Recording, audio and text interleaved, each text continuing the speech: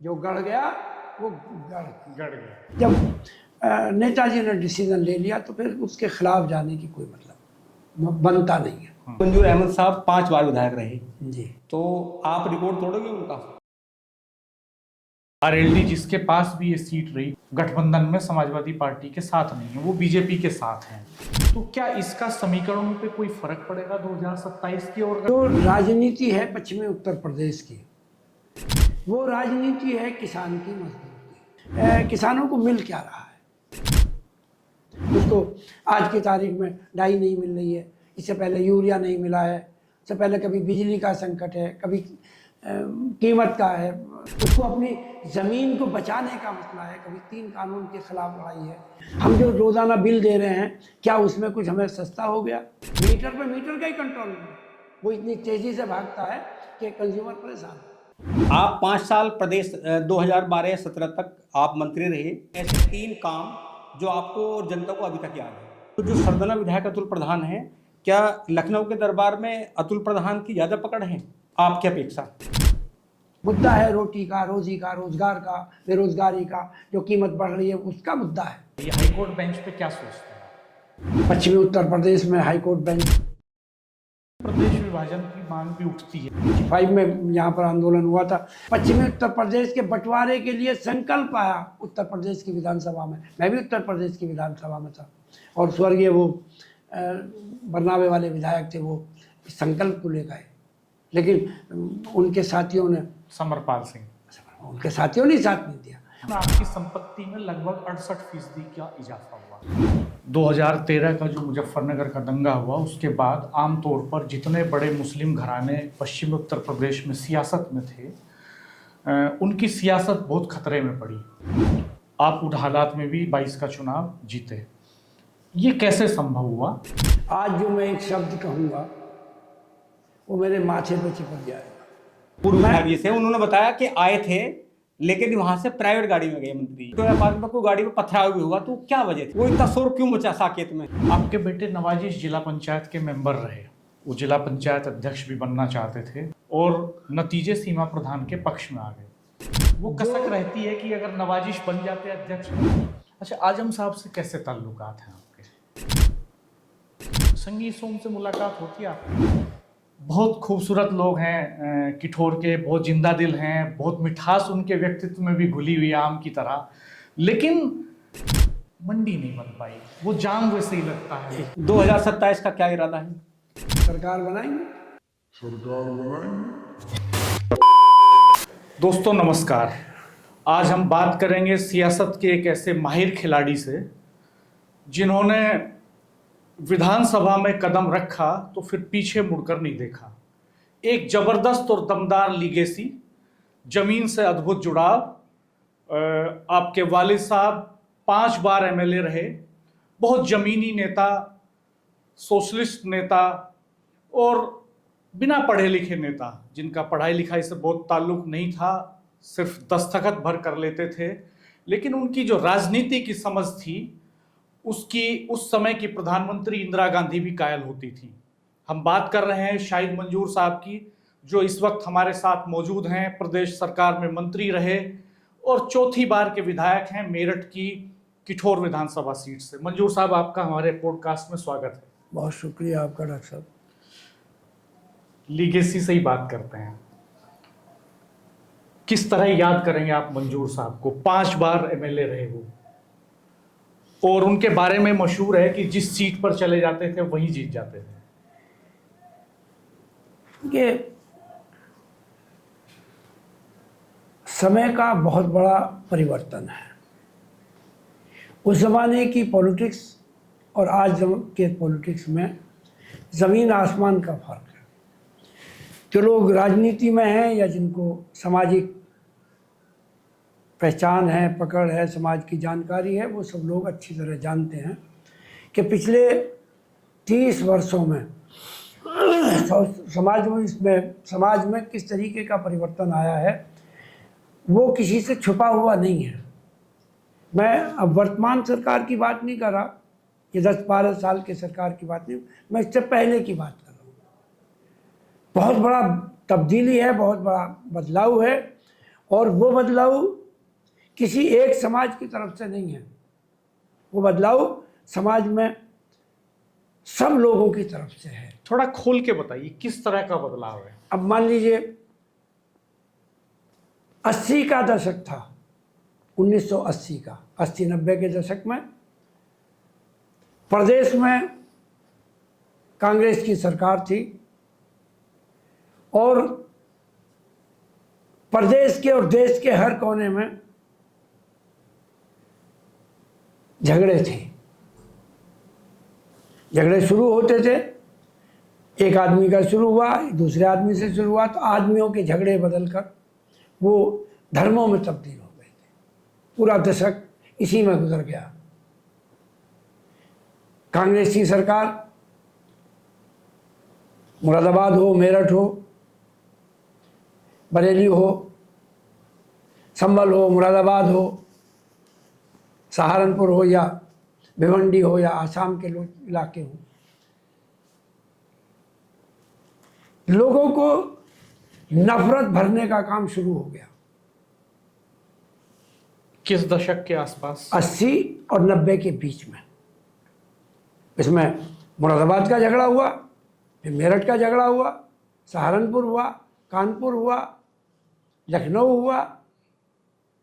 पूरा प्रदेश जो दंगे की चपेट में आ गया। सरकार कांग्रेस की और दंगे बराबर।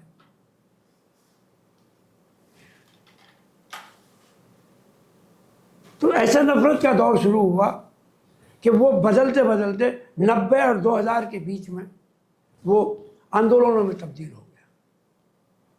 अब आंदोलन हो गया, एक तरफ जो मुद्दा सन 47 से दबा हुआ था, कोर्ट में चल रहा था, उसने आंदोलन का रूप ले लिया। वो राम जन्मभूमि का आंदोलन शुरू हो गया, बाबरी मस्जिद जवाब में। मैंने अपनी आंखों से बहुत तब्दीली होती हुई देखी है, मैं सामने देखी, क्योंकि अभी अपने वालिद साहब का जिक्र किया तो वो थे कांग्रेस से शुरू की उन्होंने पॉलिटिक्स। वो डॉक्टर लोहिया से शुरू करी और कांग्रेस में आए। फिर कांग्रेस में आए। कांग्रेस में आने का भी तब आया, कांग्रेस में 71 में वो कांग्रेस में आए। जब आए, जब इंदिरा जी ने प्रीवी पर्स ख़त्म कर दिए, जब ज़मीन की हदबंदी करी, सीलिंग लागू कर दी, जब बैंकों का नेशनलाइजेशन कर दिया, जो मांग समाजवादियों की थी, उन बातों को जब सरकार ने और इंदिरा जी ने मान लिया और लोहिया जी की डेथ हो गई, डॉक्टर लोहिया, तो फिर समाजवादी दो धड़ों में बट गए। एक धड़ा चौधरी साहब के नेतृत्व में चला गया, चौधरी चरण सिंह के, दूसरा धड़ा इंदिरा गांधी के नेतृत्व में चला गया। लेकिन किसी आदमी के पार्टी में जाने से, पार्टी के बदलने से उसकी आइडियोलॉजी नहीं बदलती।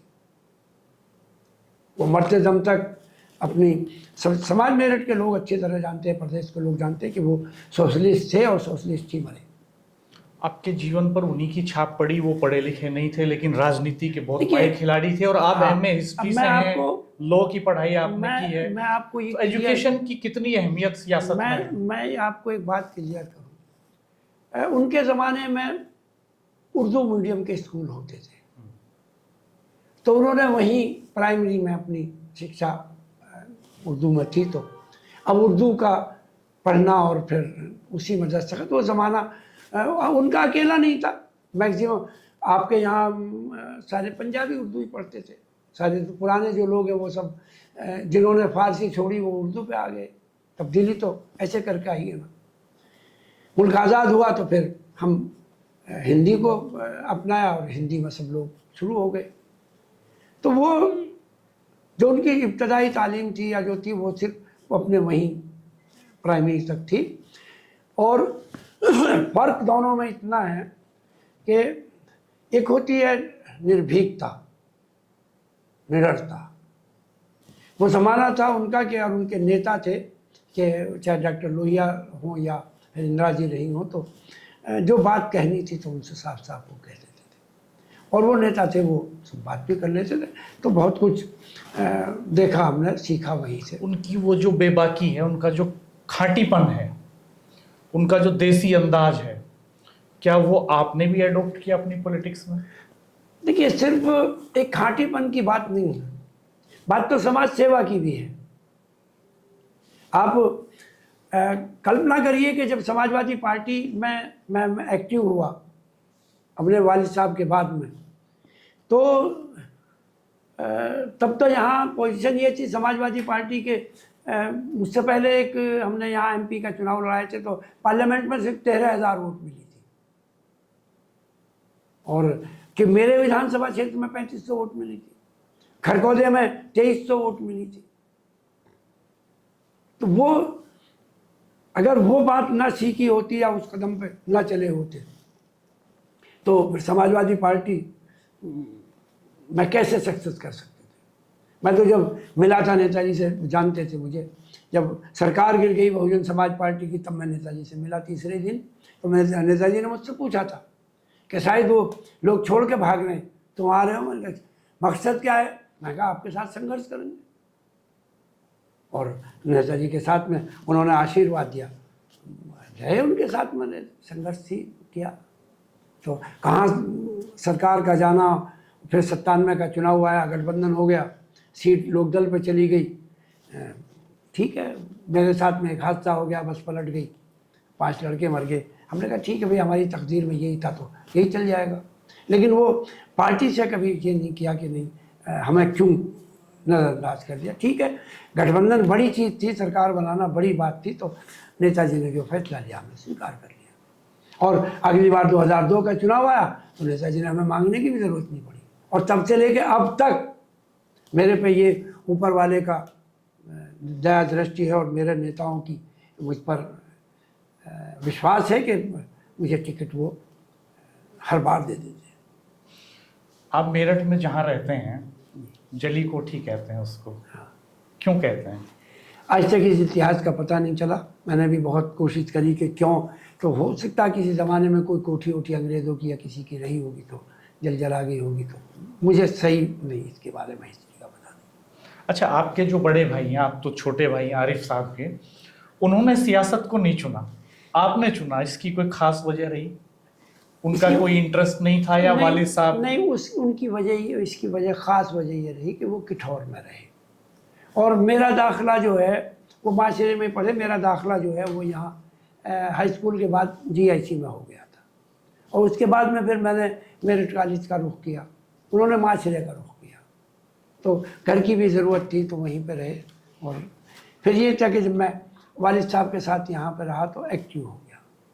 उनके लिए उस ज़माने में उनके इलेक्शन हारने के बाद भी जो लोगों का आना जाना ये सब था, तो इसको मैं क्षेत्र में लगा रहा।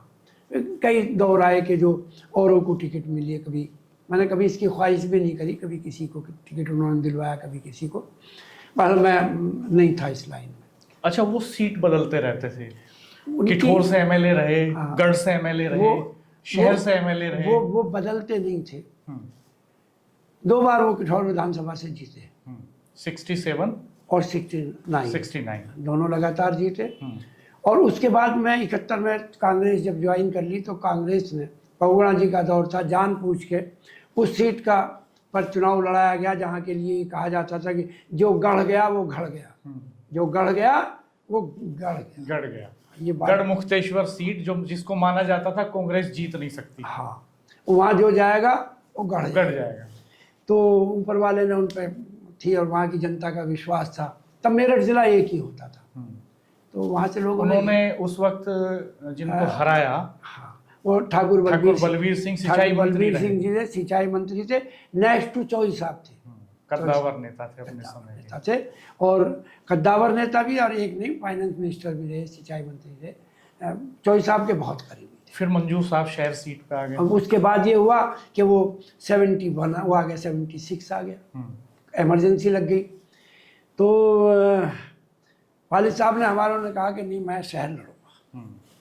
इंदिरा जी ने बहुत मना किया कि नहीं शहर नहीं, तो देखते नहीं आप यहाँ एक पक्की सीट है जनसंख्या, और वो जोखिम भरी सीट थी हाँ, कांग्रेस के लिए। उन्होंने कहा नहीं मैं शहर ही लड़ूंगा। और ऊपर वाले का आशीर्वाद रहा उन पर कि वो इमरजेंसी जैसे माहौल में शहर की सीट जीत गए।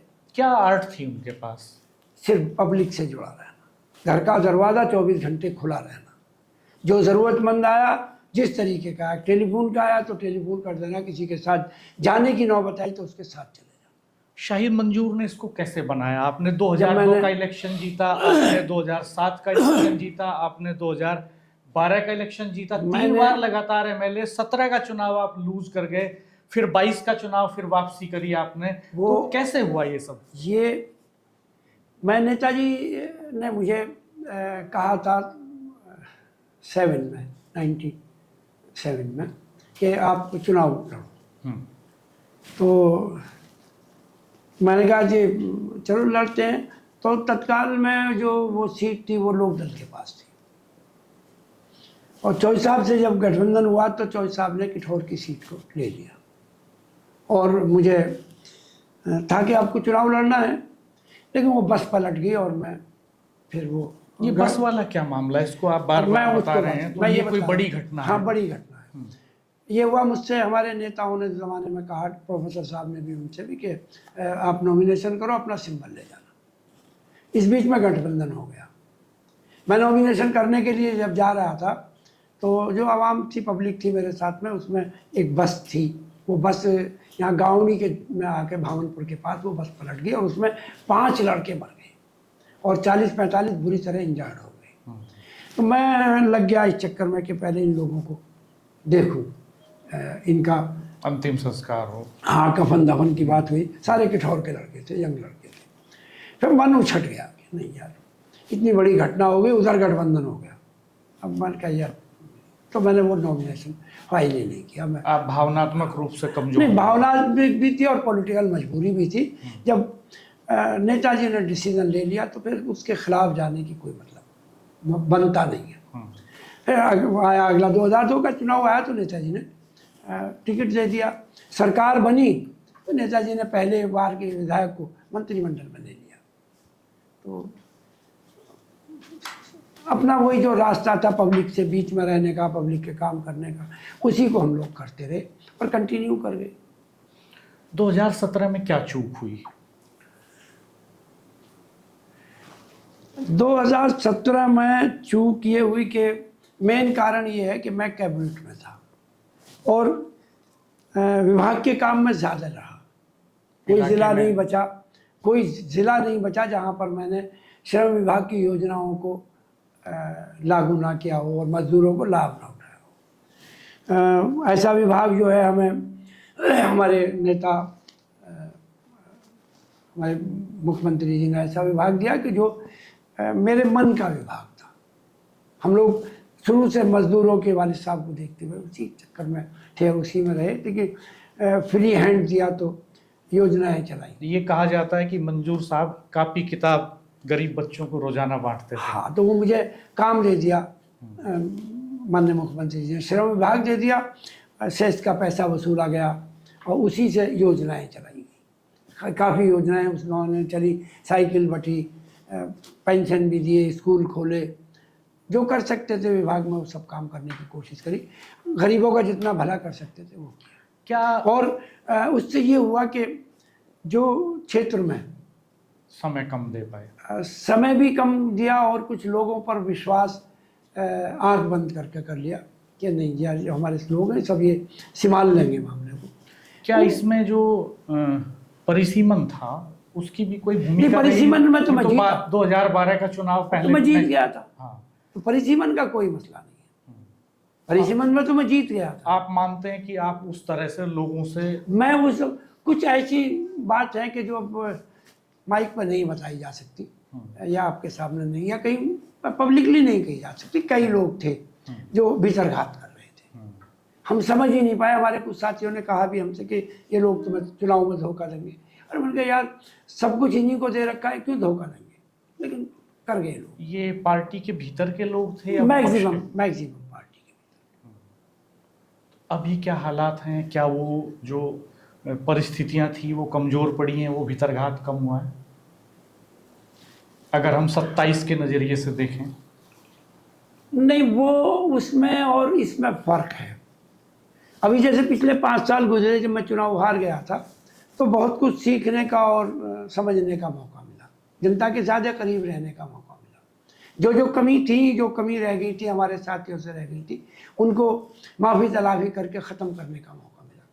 बहुत सारी कमी जो है वो ख़त्म कर ली है जो गलती थी लोगों की वो सुधार कर लिया, तो कोई इसीलिए चुनाव दोबारा से जीते। कुछ समीकरण फिलहाल बदले हैं। जब आप 22 का चुनाव जीते थे तो तब गठबंधन अलग तरह से थे राजनीतिक दलों के, और आरएलडी जिसके पास भी ये सीट रही, खुद आपने बताया कि उनकी पार्टी से वहाँ एमएलए रहे, तो वो अब गठबंधन में समाजवादी पार्टी के साथ नहीं है, वो बीजेपी के साथ हैं।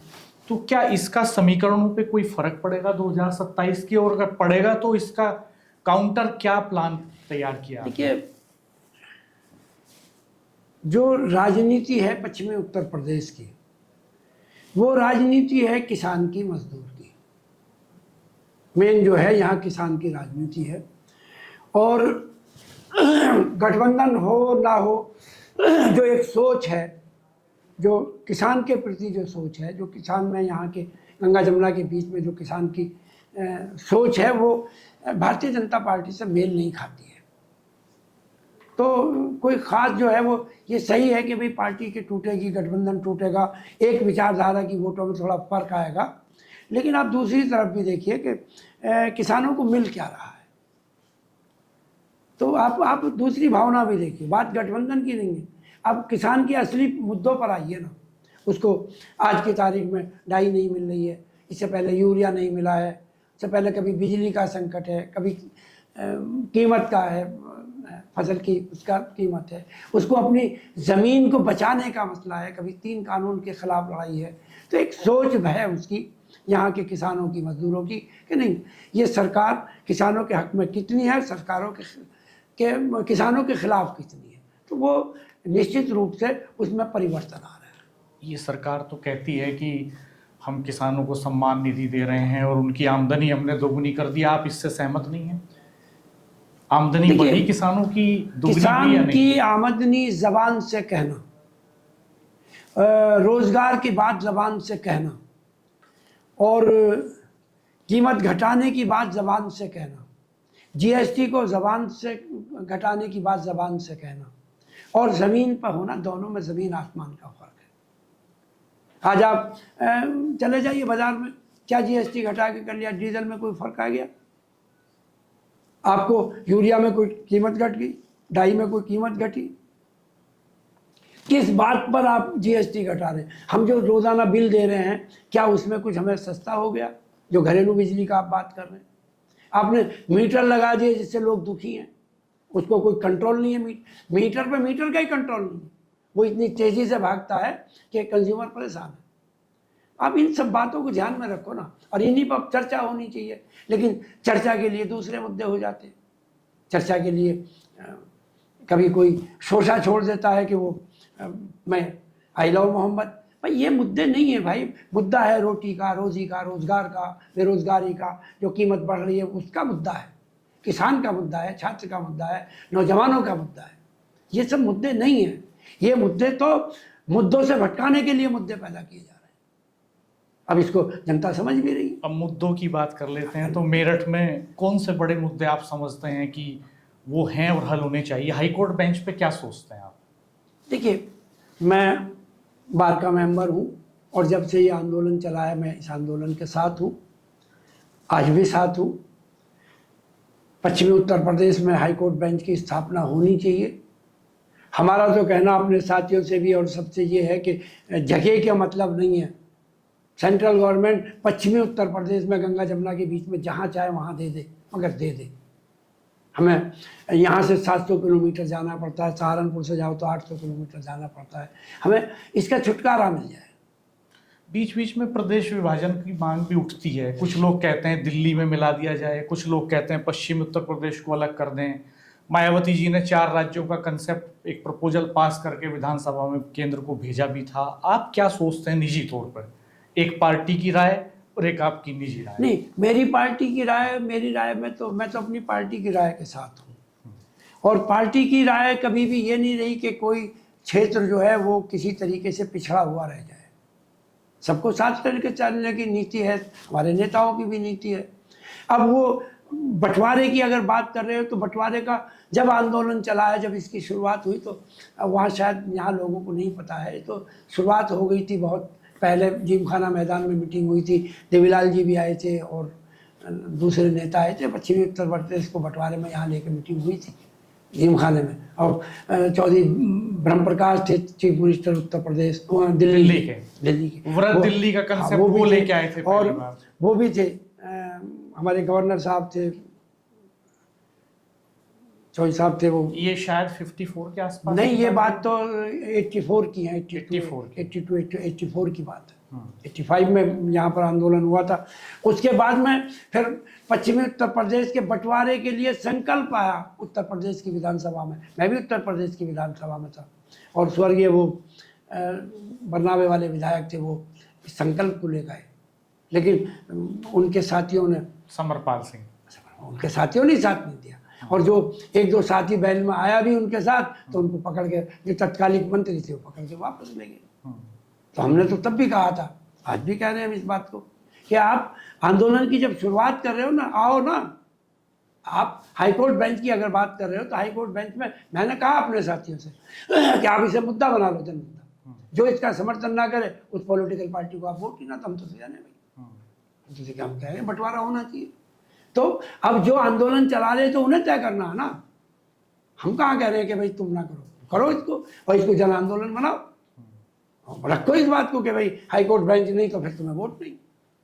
हवा पानी के बारे में क्या ख्याल है आपका? पूरे इलाके में नदियां मर रही हैं और कैंसर बड़े पैमाने पे फैल रहा है, कोई जमीन पे कोई बदलाव दिखाई नहीं देता इसमें।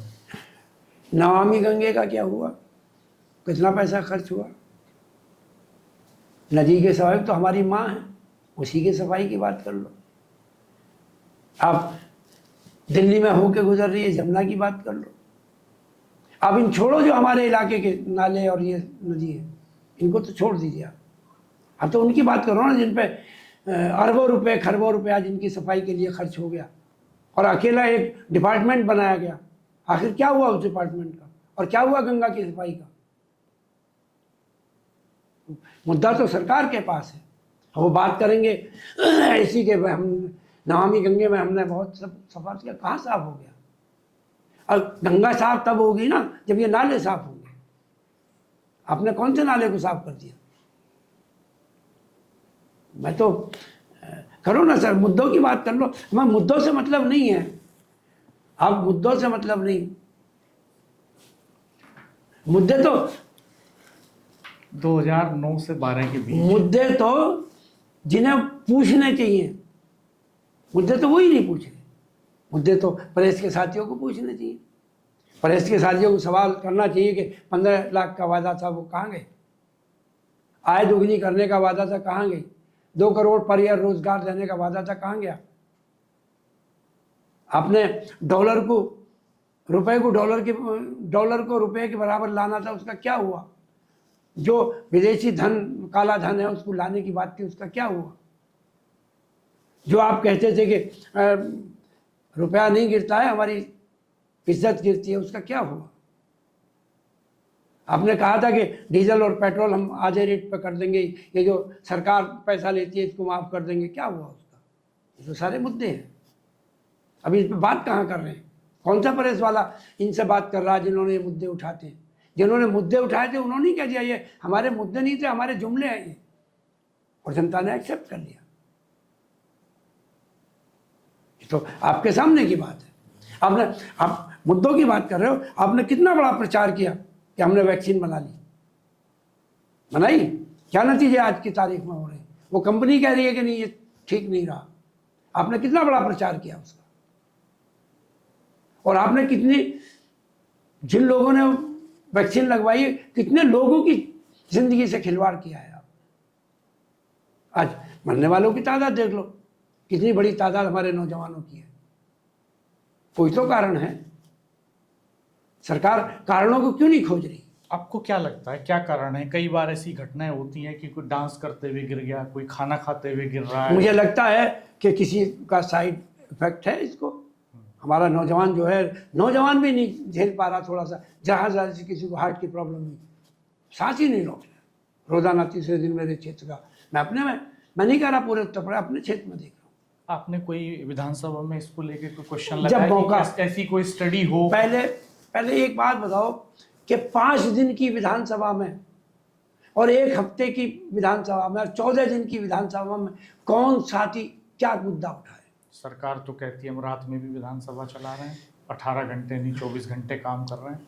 अब मुझे ये बताओ कि 18 घंटे विधानसभा चला के आपने प्रदेश को क्या दिया?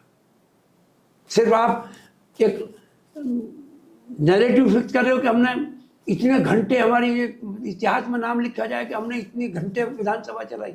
आपने जनता को क्या दिया? असेंबली का मतलब है जनता, असेंबली चलने का मतलब है जनता को कुछ देना। आपने क्या दिया जनता को, ये बतला दो।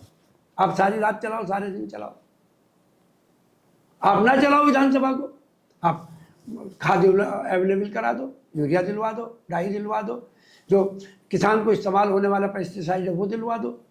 आप मत चलाओ ना विधानसभा को।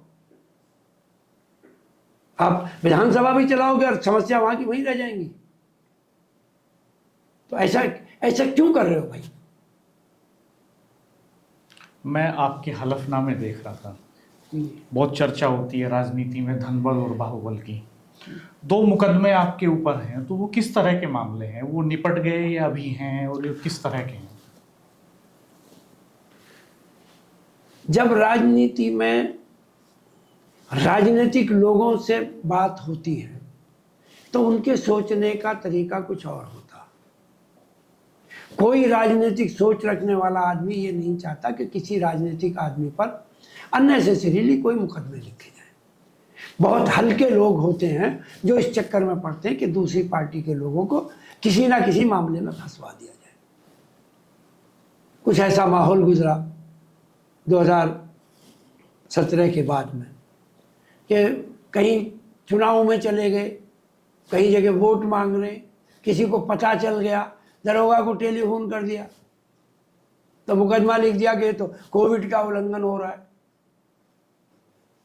कहीं मैं गया भी नहीं किसी आंदोलन में, वहाँ कोई दरोगा ने, सिपाही ने क्या, बाद में FIR में नाम नहीं, बाद में कह दिया कि साहब ये भी मौजूद थे।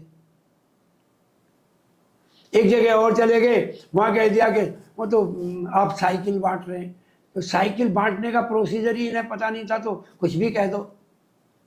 अरे जिन मजदूरों को साइकिल दी थी, क्या वो मजदूर साइकिल लेने वाले मेरे साथ आएंगे? नहीं आएंगे। तो अभी क्या स्टेटस है? स्टेटस है, कोर्ट में है। अच्छा, हम धन की बात भी कर लेते हैं। आपने किसानों की आमदनी की बात की। जब मैंने आपके एफिडेविट, सारे इलेक्शन के एफिडेविट मैंने चेक किए इस बीच में, तो एक पीरियड ऐसा है 9 से 12 का, 2009 से 12 का, जिसमें आपकी संपत्ति में लगभग 68% का इजाफा हुआ। कितना हुआ? वो लगभग उस समय शायद 1 या 1.5 करोड़ के आसपास का एसेट आपके पास था, जो लगभग 2-2.5 करोड़ के आसपास पहुंचा उस समय।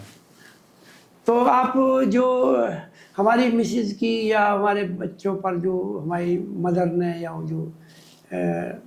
जो भी ट्रांसफ़र किया, क्या उसमें कीमतों में कितना उछाल और बढ़ावा हुआ? मैं तो यही जानना चाहता हूँ आपसे। मैं कह रहा हूँ कि वो कैसे, आप ये देखो कि 3300-3400 का गोल्ड था। नहीं, मतलब मेरा सवाल ये है कि आमतौर पे लोग ये कहते हैं, जब सामान्य लोगों के बीच में कहीं भी बैठते हैं, किसी नुक्कड़ पे, पान चाय की दुकान पे, तो लोग कहते हैं कि साहब नेताओं की संपत्ति तो दिन रात बढ़ती है। और बीच में आया भी कि भाई एक ये भी आया कि देश के गृह मंत्री के बेटे की संपत्ति कोविड पीरियड में बहुत ज़्यादा बढ़ गई, वो भी बीच बहस आया। फिर ये आया कि साहब नेताओं की संपत्ति आमतौर पे ज़्यादा बढ़ती है, आम जनता की उस रेशो में नहीं बढ़ती। तो मैं उस रेफरेंस में जानना चाह रहा हूँ। मैं आपसे ये बात कह रहा हूँ कि मैं 2002 में MLA नहीं था, 2002 में MLA बना तो तनख्वाह है, दूसरी चीज़ें, फिर मंत्री बने, उसका इजाफा हुआ, फिर जो अपने पास से किराया भाड़ा खर्च करना था वो गवर्नमेंट के जिम्मे हो गया। तो निश्चित रूप से कुछ ना कुछ तो बढ़ाइए। दूसरा, फिर कीमतों में उछाल इतना आया है कि जो महंगाई बढ़ी, उस हिसाब से तो महंगाई तो किसान को उसके आशीष रहने वाले पर इसलिए फ़र्क नहीं पड़ता कि आटा दाल चावल तो सब घर से मिल ही जाता है, तो ये ज़्यादा उस पर नहीं पड़ता। असली महंगाई तो उन चीज़ों पर है जो हमारे एसेट्स थे, उन पे कितना बढ़ा, आप उसका अंदाजा। आपने 2 लोकसभा चुनाव भी लड़े, अच्छे खासे वोट लिए दोनों चुनावों में। हमने आपको कैंपेनिंग करते हुए देखा, आपका प्रचार का तौर तरीका भी देखा उस वक्त। ये बात सही है कि आपने मंजूर साहब से बहुत ज़्यादा वोट लिए, उनको उतने वोट नहीं मिले थे जब वो लोकसभा नहीं, में। तब में वोटों में फर्क था, वोटों में फर्क भी था। तब बढ़ के दूनी वोट हो गई थी। क्या वजह मानते हैं कि क्यों सफलता नहीं मिल पाई उन दोनों चुनावों में? मैंने शुरू में बताया कि लोगों की सोच में और आंदोलन ऐसे खड़े हुए कि उसमें फर्क पड़ा। और जहाँ पर मैं चुनाव लड़ रहा हूँ, इसमें चुनाव लड़ने वाला क्षेत्र को भी आप देख लें, कितने लोग जो हैं वो सरवाइव कर पा रहे थे उस ज़माने में। तो उस हिसाब से वोट तो ठीक मिली। फिर शहर में एक लोग तय कर लिया कि हमें हराना है, तो वो खड़े हो गए। जितनी वोट मुझे से मैं कम मिली, उतनी वोट एक दूसरे साथी ले गए। हार जीत का आंकड़ा वहीं पर खत्म हो गया। आप अभी 70 साल के आसपास रहे, बहुत फिट हैं, हमेशा हमने आपको इसी तरह से देखा। क्या सोचते हैं ये जो लीगेसी आप लेके चले, मंजूर साहब की लीगेसी की एक बड़ी भूमिका आपके जीवन में रही, उसको आगे बढ़ाया आपने, अब नई जनरेशन के बारे में इस लीगेसी को क्या नवाजिश लेके चलेंगे? ये पश्चिमी उत्तर प्रदेश में गंगा जमुना के बीच में हेरिडिटी मामला नहीं है। जो जितना काम करेगा जनता उतने साथ में रहेगी, जनता साथ में रहेगी। ये जो आज की तारीख में मसले हैं हिंदू मुसलमान के नाम पर, जात बिरादरी के नाम पर, इसको जनता ज़्यादा दिन सहन नहीं करेगी। इस बीच में जो भी जनता के बीच में रहेंगे, काम करेंगे, जनता उनको एक्सेप्ट करेगी। और जो जनता के बीच में नहीं रहेंगे, वो चाहे मेरी औलाद हो या किसी की औलाद हो, जनता उनको एक्सेप्ट नहीं करेगी। आपने ध्रुवीकरण की बात की। 2013 का जो मुजफ्फरनगर का दंगा हुआ, उसके बाद आमतौर पर जितने बड़े मुस्लिम घराने पश्चिमी उत्तर प्रदेश में सियासत में थे, उनकी सियासत बहुत खतरे में पड़ी। आप उन चंद उदाहरणों में हैं जिन्होंने इसको बरकरार रखा। आप उन हालात में भी 22 का चुनाव जीते। ये कैसे संभव हुआ? और दूसरा, जो तमाम घराने हैं, जैसे हर एक ज़िले में हम देखते हैं कि कोई एक घराना ऐसा है जिसके ऊपर सरकार ने शिकंजा कसा लगातार, और उनको टिकट मिलने भी बंद हो गए, और सियासत में जो रसूख था वो एक तरह से ख़त्म हो गया या कमज़ोर पड़ गया बहुत। ये जो हमारी ज़बान है, आज जो मैं एक शब्द कहूँगा वो मेरे माथे पे चिपक जाएगा। राजनीतिक लोगों को भाषा पे बहुत संयमित रहना चाहिए। कहीं भी कोई बात ऐसी नहीं करनी चाहिए कि जो किसी को बुरी लग जाए या किसी को चैलेंज मान ले। लोग नहीं करनी चाहिए।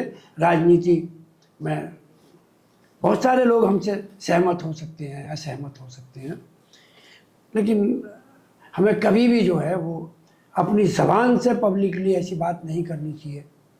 अव्वल तो पब्लिक से हटके भी नहीं करनी चाहिए। दो मुंही बात नहीं होनी चाहिए कि पीछे कुछ कहें, सामने कुछ कहें। जो कहें सामने कहें, नुकसान हो या फ़ायदा हो।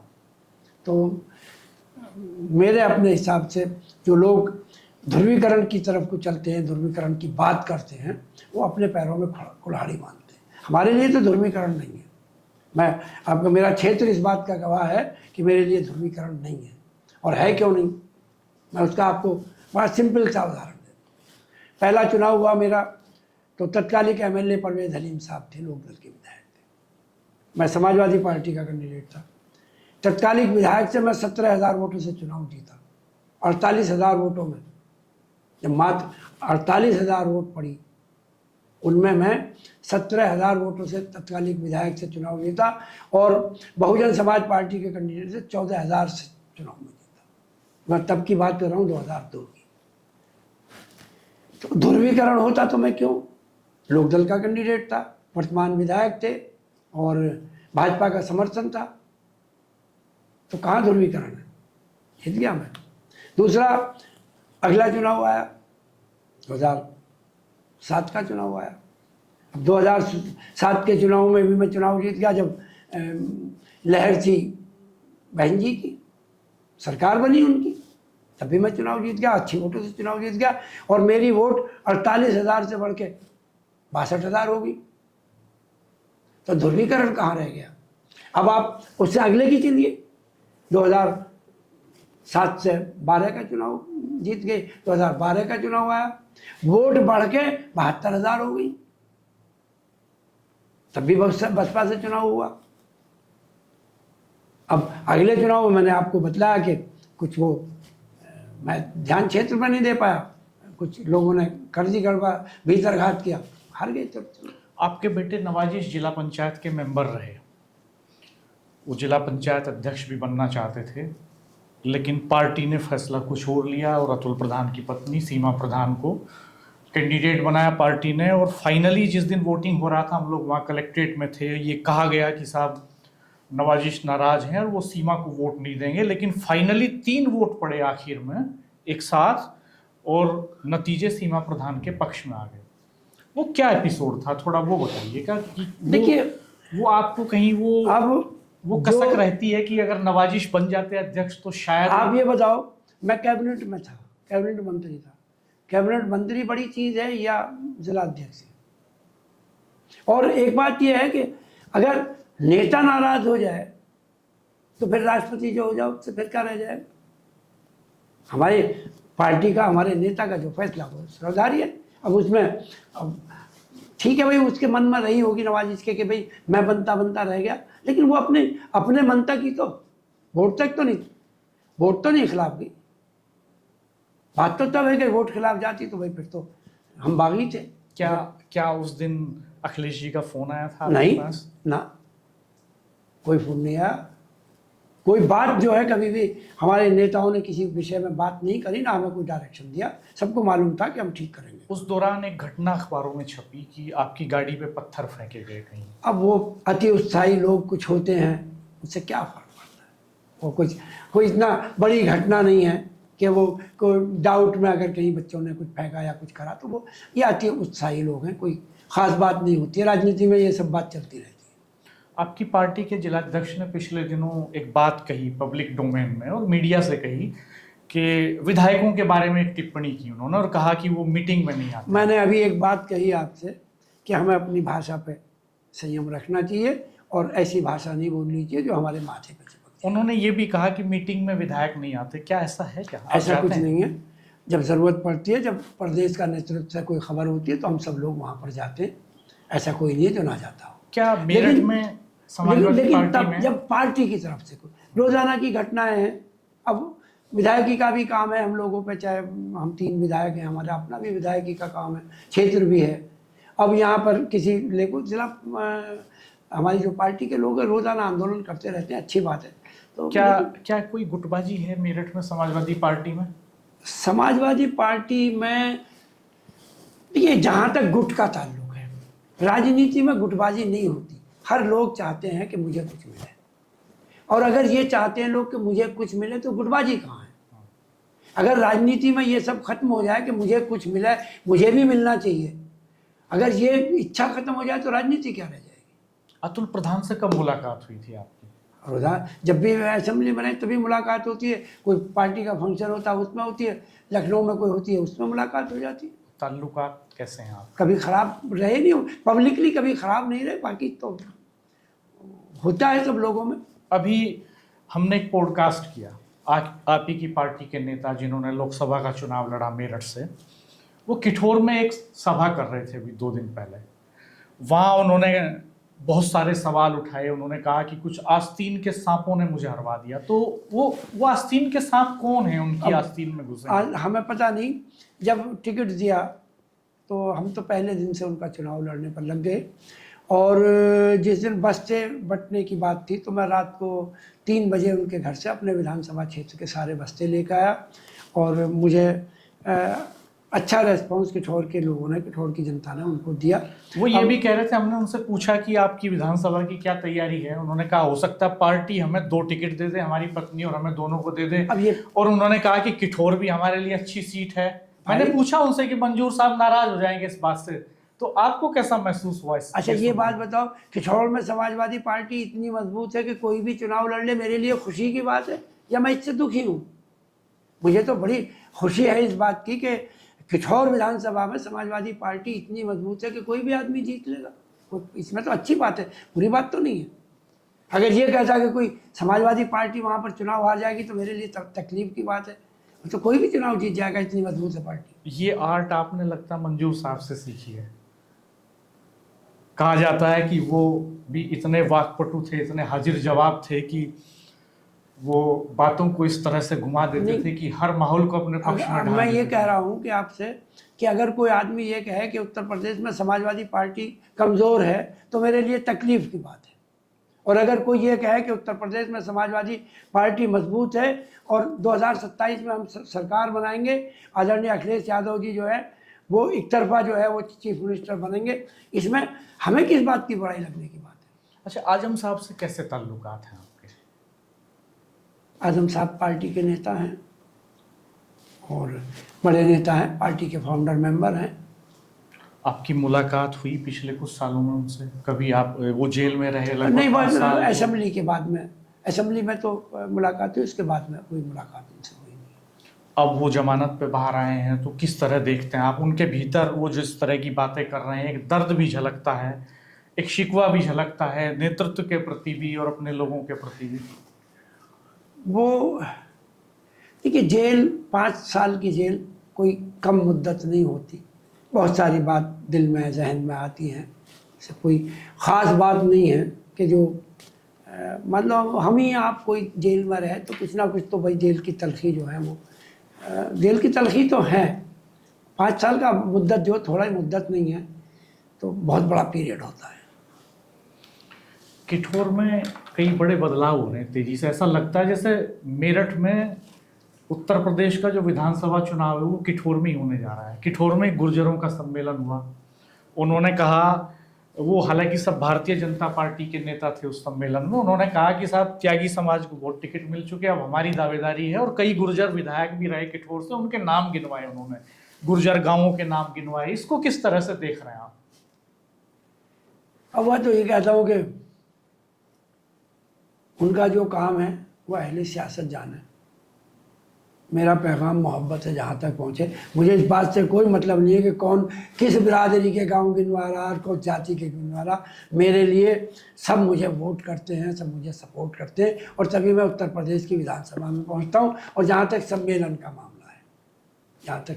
मामला है, तो जब मैं पिछला चुनाव लड़ रहा था तो मैंने तो कई लोगों को प्रमुख बनवाए थे। अब वही अब आंदोलन कर रहे हैं, टिकट मांग रहे हैं। तो उनकी पार्टी का मतलब है कि वो पार्टी किसको टिकट दे, मेरा क्या इसमें लेना देना? या मैं कहाँ भारतीय जनता पार्टी में इफेक्टिव हूँ कि भाई मैं ये कहूँ कि अमुक को टिकट दे दो, अमुक को ना दो। तुम्हारा मामला तुम्हारी पार्टी का मामला। इससे समीकरणों पे कोई फर्क पड़ेगा? मैंने कहा जैसे वो कि नंबर भी गिना रहे हैं, वो कह रहे हैं कि गुर्जर जो है संख्या में त्यागियों से ज्यादा हैं।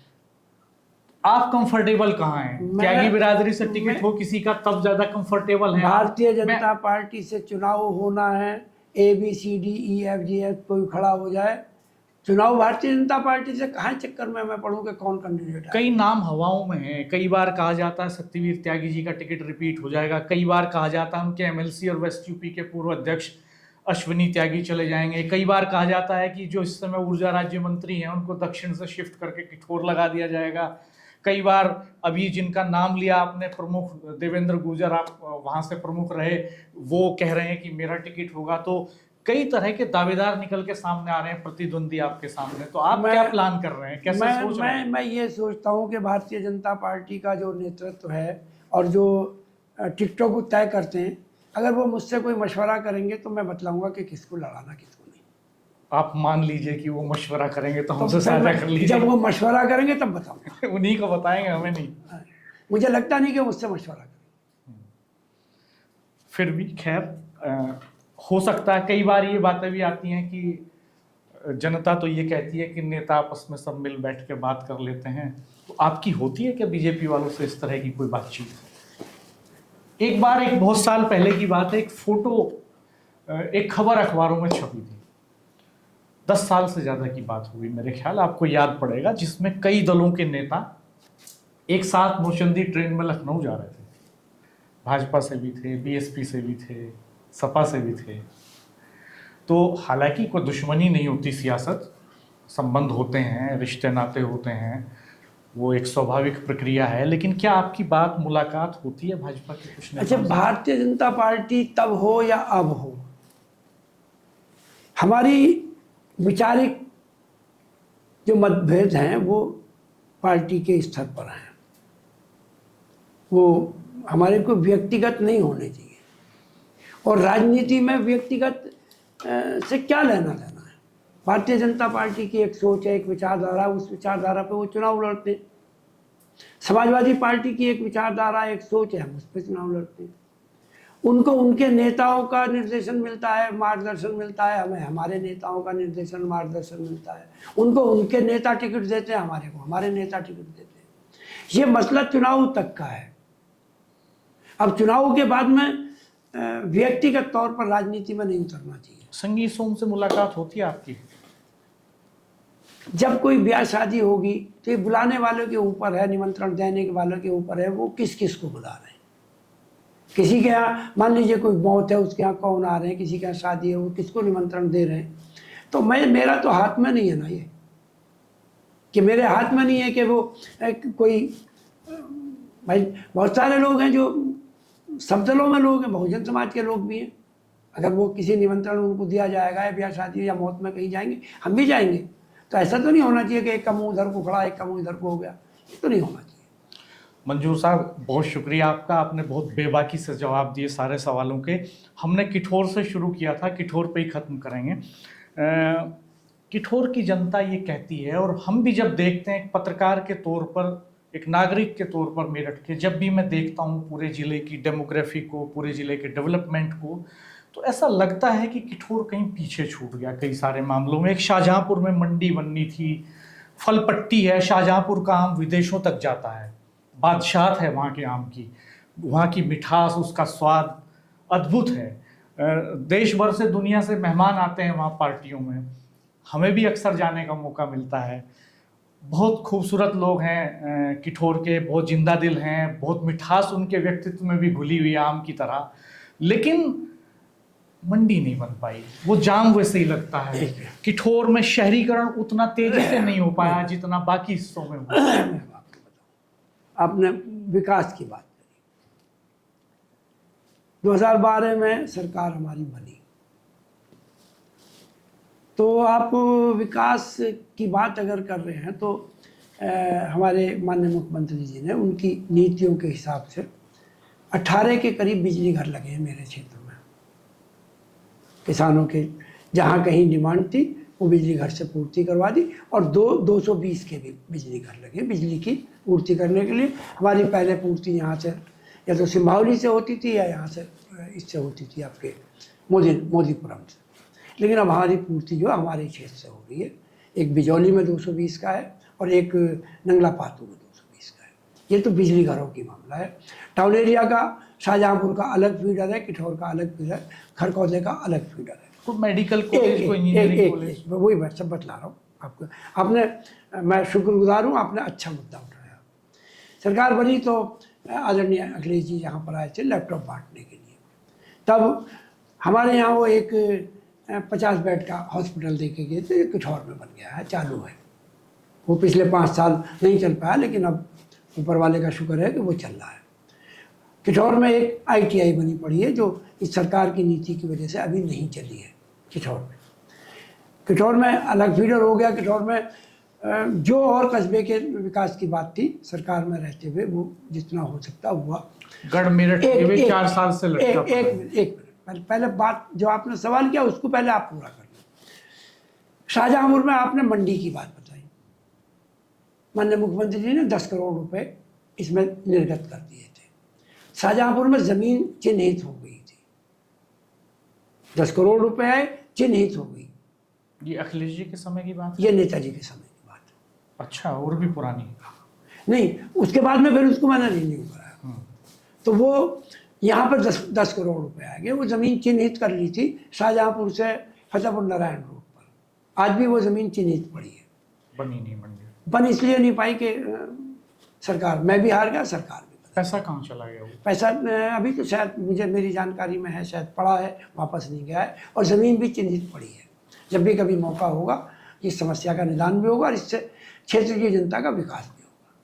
अच्छा, और ये जो दूसरी सुन, विकास की सुन, खरकौदे में एक ITI बनवा दी थी माननीय मुख्यमंत्री जी ने। एक किठौर में मॉडल पब्लिक इंटर कॉलेज बनवाया, वो भी खरकौदे में बना।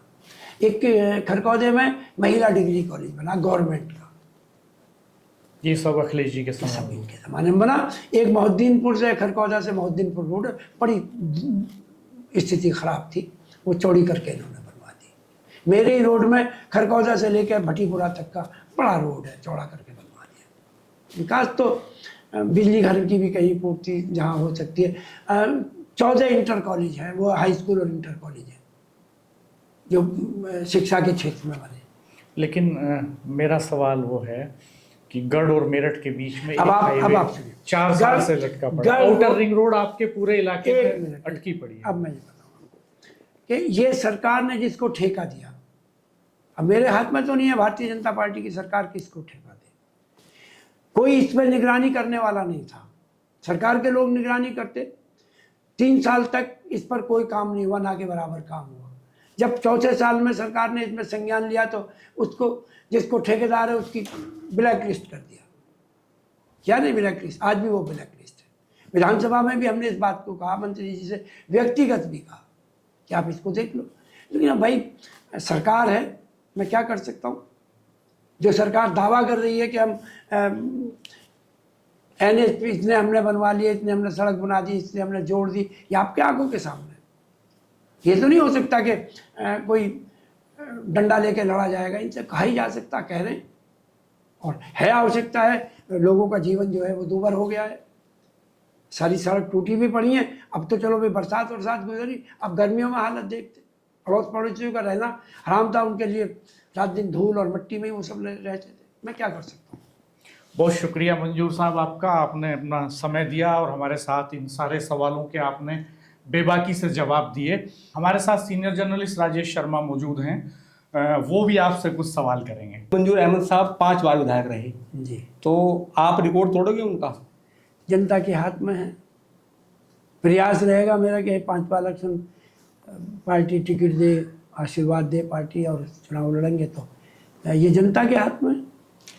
विधायक जी, ऐसा लगता है कि अगर हम मेरठ की बात करें तो जो सरदना विधायक अतुल प्रधान हैं, क्या लखनऊ के दरबार में अतुल प्रधान की ज़्यादा पकड़ है आपकी अपेक्षा? आपको क्यों लगा ऐसा? और आपने आपको जो ऐसा क्यों किठौर में लगा? इतिहास रचाया है, आपको क्यों लगा ऐसा? 2016 का जब जिला पंचायत का चुनाव था तो नवाजिश ने उम्मीद की थी कि जिला पंचायत का चुनाव लड़ेंगे, लेकिन टिकट नहीं मिला।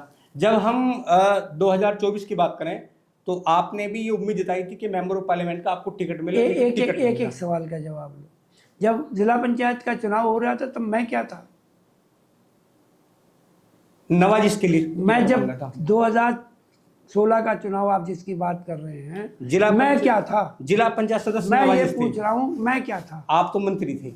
तो मंत्री बड़ी है या जिला पंचायत? चूंकि एक वो मांग उठी थी कि नवाजिश जिला पंचायत का चुनाव लड़ेंगे। वो चुनाव लड़े और पार्टी ने बेहतर समझा अतुल प्रधान की बीवी को चुनाव लड़ाना, उनको लड़ा दिया। 2016 मैं हाउस में था, मंत्री भी था, तो इससे क्या फर्क पड़ा? मंत्री जी 2016 में जब 2016 में जिला पंचायत का चुनाव था तो चुनाव के 3 दिन पहले आप एक दिन भूमिगत रहे और साकेत में जो पूर्व विधायक राजेंद्र शर्मा जी का मकान है उसमें आप भूमिगत रहे। ऐसा चूंकि पुलिस ढूंढती रही, प्रशासन ढूंढता रहा और आपके बहुत सारे नेता ढूंढते रहे, तो क्या वजह थी वो? तो मैं वहां मिला क्या? फिर ये भी आया कि गाड़ी में पथराव भी हुआ, मैं था उस गाड़ी में क्या? ऐसा बताया गया कि गाड़ी मैं में पूछ रहा हूँ, मैं था क्या उस गाड़ी में? ये बताया गया, हम लोगों की बात हुई विधायक जी से, पूर्व मैं- विधायक जी से, उन्होंने बताया कि आए थे लेकिन वहां से प्राइवेट गाड़ी में गए मंत्री जी। चला गया। फिर और ये बताया गया कि विक्टोरिया पार्क में कोई गाड़ी में पथराव भी हुआ, तो क्या वजह थी? मैं था उस गाड़ी में जब पथराव हुआ। वो वजह क्या थी? मुझे क्या पता क्या थी? वो इतना शोर क्यों मचा साकेत में? मुझे नहीं पता क्यों मचा। बताया गया कि उस दिन मंत्री जी वो गायब रहे, मिले नहीं किसी को। अब मेरे घर कोई जाता तो मैं मिलता। अब मुझे तलाश करोगे अपने घर पे तो मैं कैसे मिलूंगा। 2027 का क्या इरादा है? पार्टी चुनाव लड़ाएगी, चुनाव लड़ेंगे, सरकार बनाएंगे। जिले में दो नेता ऐसे हैं जो आपकी दोस्ती पर लगातार सवाल खड़ा करते हैं। एक दोस्ती सरदाना के पूर्व विधायक संगीत सोम और दूसरी दोस्ती उत्तर प्रदेश सरकार में राज्य मंत्री दिनेश खटीक जी। तो आपकी कितनी गहरी दोस्ती है उनसे? भारतीय जनता पार्टी को मैं कितनी वोट कास्ट करा सकता हूँ? मेरे कहने से कौन समाजवादी पार्टी का वोटर किसी को वोट दे देगा? वे आपके कौन नेता हैं जो आपकी दोस्ती पर सवाल खड़ा मेरे करते तो हैं? दोस्ती सबसे है, मेरे सबसे ताल्लुकात ठीक हैं। मैं जो बेवकूफ़ है उनसे ताल्लुकात नहीं रखता, जो लोग ठीक बात करते हैं मैं ताल्लुकात रखता हूँ। लेकिन मैं एक बात कहना चाह रहा हूँ कि मेरे कहने से कौन ऐसा आदमी है जो आज के दौर में समाजवादी पार्टी का वोटर किसी और को वोट दे दे? दो नेता हैं, वे कौन है जो सवाल खड़ा करते हैं आपकी दोस्ती पे? मैं आपसे ये सवाल कर रहा हूँ कि आज के दौर में कौन ऐसा नेता है जो समाजवादी पार्टी के वोटर को किसी दूसरे वोट में ट्रांसफर करा दे? आप 5 साल प्रदेश 2012-17 तक आप मंत्री रहे। ऐसे 3 सवाल, ऐसे 3 काम जो आपको और जनता को अभी तक याद है सरकार के। अच्छा, जनता को याद ना होते तो हम रिपीट क्यों होते? 2012-17 के बीच 2012 और 17 के बीच में अगर हम ठीक ना होते तो 2022 में रिपीट क्यों होते? वो ठीक 3 काम बता दीजिए।